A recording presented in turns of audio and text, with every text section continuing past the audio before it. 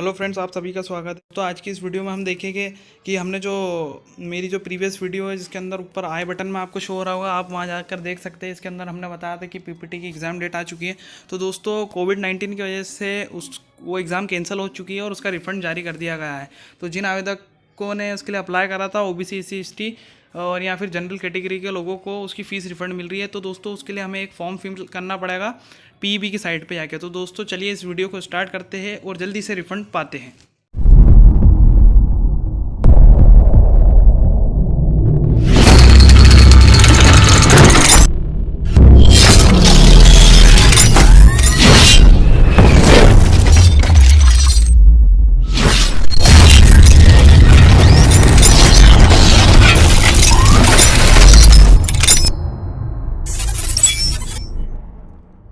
तो दोस्तों इसके लिए सबसे पहले आपको किसी भी लोकल ब्राउज़र पे चले जाना है और वहाँ पर आपको लिख देना है पीईबी, प्रोफेशनल एग्जामिनेशन बोर्ड। पूरा भी लिख सकते हैं, शॉर्ट फॉर्म भी लिख सकते हैं, लिंक डिस्क्रिप्शन में मिल जाएगी आपको दोस्तों।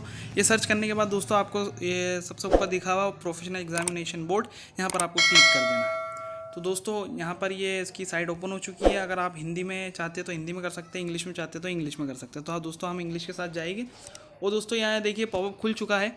एक तो यहाँ से तरीका ये है, देखिए यहाँ लिखा हुआ है समस्त आवेदकों को ये सूचित किया जाता है कि प्रोफेशनल एग्जामिनेशन बोर्ड द्वारा आयोजित प्री पॉलिटेक्निक परीक्षा 2020 और इसकी जो अंतिम तिथि है दोस्तों 10 मार्च से 24 मार्च तक थी। अब इसको बढ़ा दिया गया है, अभी 31 मार्च तक हो गई है। तो आप इसके लिए अप्लाई कर सकते हैं 31 मार्च से पहले, वरना आपको रिफंड नहीं मिलेगा।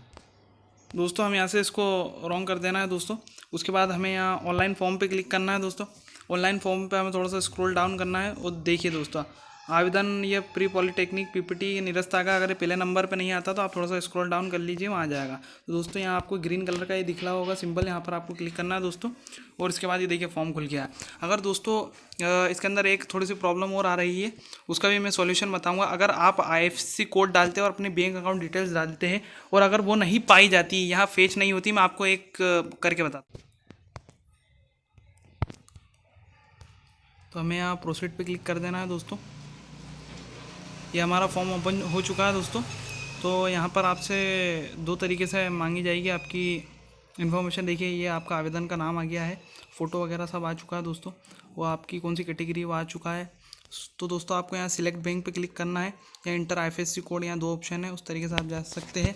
तो दोस्तों यहाँ तो सबसे पहले लिखा है क्लिक टू सिलेक्ट। पहले आपको अपना राज्य सिलेक्ट कर लेना। अगर आप सिलेक्ट टू बैंक वाले ऑप्शन के साथ जाते हैं तो यहाँ पर आपको सबसे पहले अपना राज्य, उसके बाद आपको अपना ज़िला चुन लेना है। आपका ज़िला जो भी हो वो आपको सही सही जानकारी डालना है। आपको अपना बैंक चुनना है। आपको कौन सा बैंक है, state bank, bank of India, शाखा चुनना है दोस्तों आपको। यहाँ शाखा अगर नहीं मिलती है दोस्तों तो उसके लिए ये देखिए जैसे कि यहाँ पर मेरी शाखा नहीं आ रही है। अगर आपकी आ जाती है तो अच्छी बात है, आपको उसे चुनकर आगे बढ़ जाना है दोस्तों।